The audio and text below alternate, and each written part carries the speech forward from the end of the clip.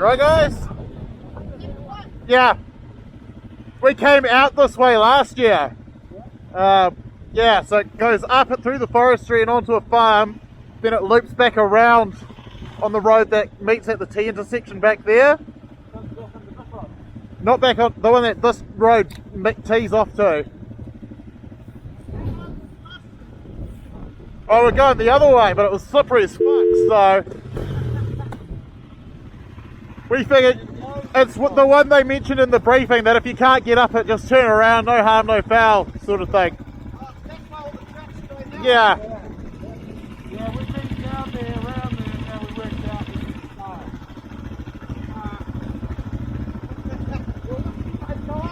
Oh, come on, boy.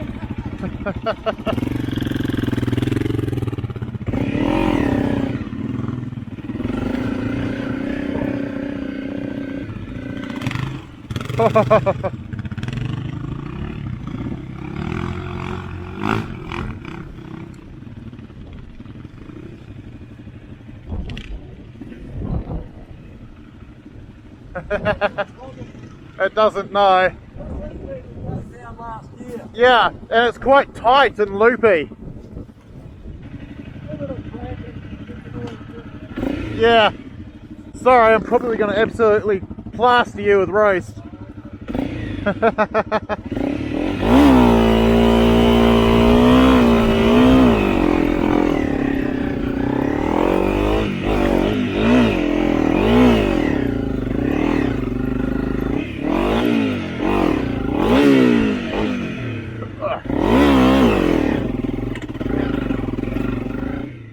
So I realised upon reviewing this footage I was doing a heck of a lot wrong here.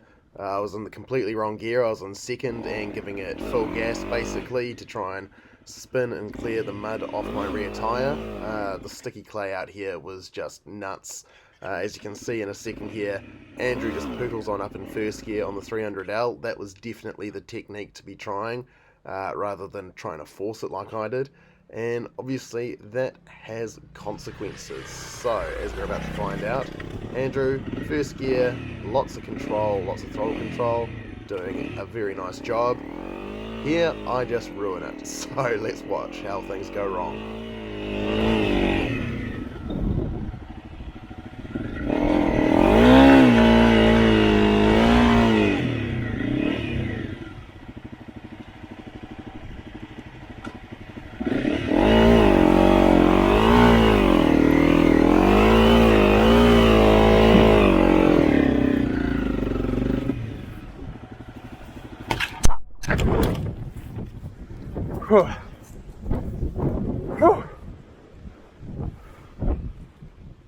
So dissect that as you would like, but basically that's 6 months of not riding this bike, not riding off-road, really coming back to haunt me. And as we find out in a sec, yeah, of course a bit of damage.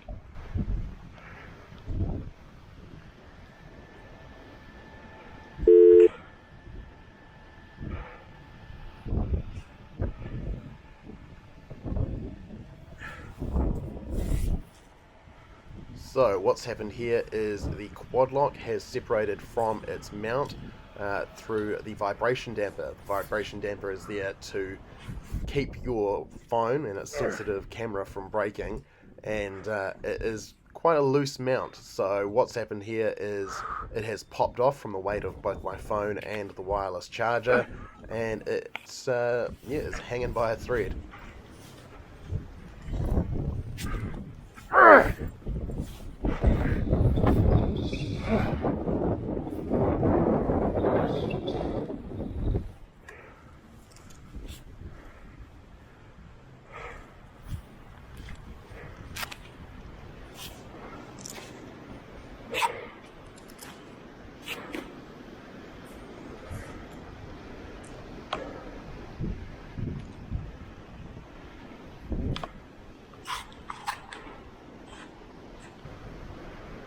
I think I found the limit of the quad lock.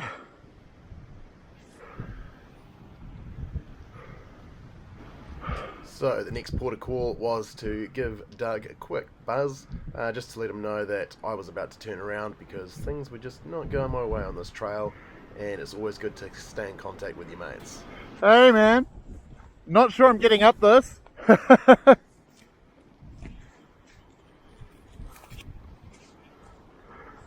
Yeah. Yeah, I'm going to turn around and do some running repairs. Like I've broken my handguard, broken my quad lock off. Yeah, so I'm going to turn it around and I'll meet you guys back at the intersection, eh? Whether you go all the way around or not. Yeah, I'm not getting up there. Came, I tried. Started to break stuff. When you start to break stuff, that's when you should start admitting defeat. Right, if I can get you... Don't worry though, the comedy of errors continues, and the bike goes down at least one more time before I get back to the road. Turn around. There we go. There we go. Alright, Rosie, let's do this.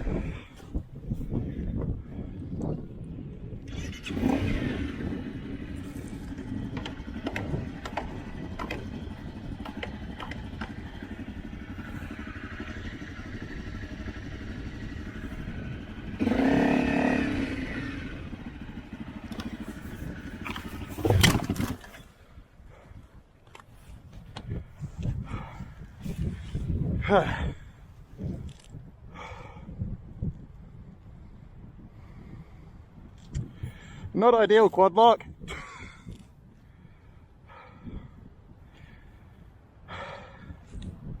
Not ideal. Yes, I think it's probably important here to point out that I don't think this is the type of riding Quadlock had in mind when they designed the vibration damper or the use of the Quadlock. Hard adventure off-road riding's probably, not what they had in mind. It's been absolutely fantastic, that Quadlock system. This is the very first time I've ever managed to have it come apart on me, and I've fallen off plenty, so yeah, this could just be one of the quirks to watch out for.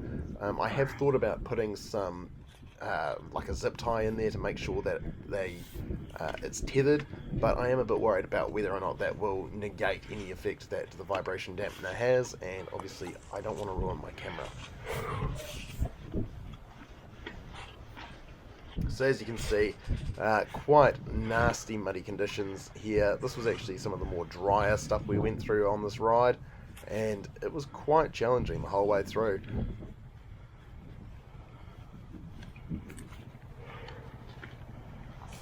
That's what's going on. You okay? Yeah, mate. Okay.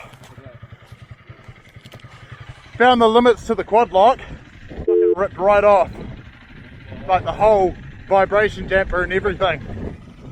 But yeah, I need to do a few tweaks, like my handguard's pushed all the way in and it's about to pop off. And, Where did you do that? 10 metres that way. Yeah, couldn't get up.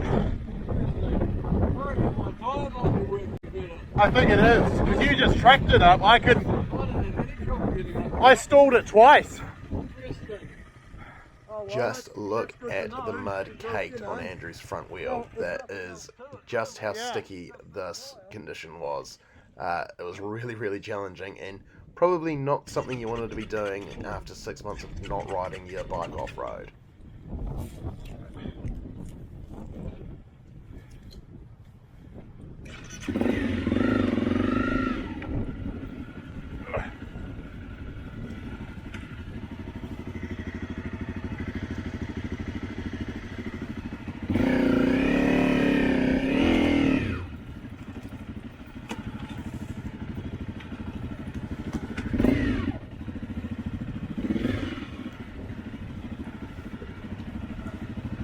So off I went, tail between my legs. This track did officially beat me. It was not the only one of the day. There were a couple of other tracks that were absolute monsters in these conditions. As you can see, a lot of other people bailed out from this as well. There's mud strewn all the way down the road. One hard day, it really lived up to its name. Look out for more vids on this ride coming up very soon to the channel.